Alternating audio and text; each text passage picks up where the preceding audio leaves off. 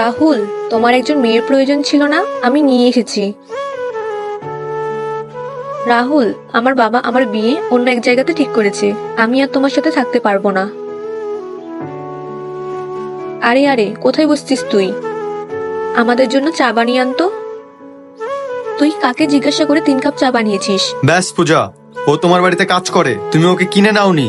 আর তোমার ভিতর কি একটুকু ম্যানার্স নেই যে কার সাথে কিভাবে কথা বলতে হয়? রাহুল থাক। রাহুল, ও তোমাকে নাম ধরে কেন ডাকছে? কারণ ও আমার এক্স গার্লফ্রেন্ড, যাকে আমি আজও ভালোবাসি, যার কারণে আমি আজও বিয়ে করিনি। আর তুমি তার সাথে খারাপ ব্যবহার করছো? আরে তুমিও তো একটা মেয়ে হয়ে আরেকটা মেয়ের সাথে তুমি কিভাবে এত খারাপ ব্যবহার করতে পারো? আর হ্যাঁ, আজকের পর থেকে তুমি অন্য কোনো মেট খুঁজে নিও, কারণ আজকের পর থেকে ও আর কোনো বাড়িতে কাজ করবে না। পাগল হয়ে গেছো নাকি তুমি?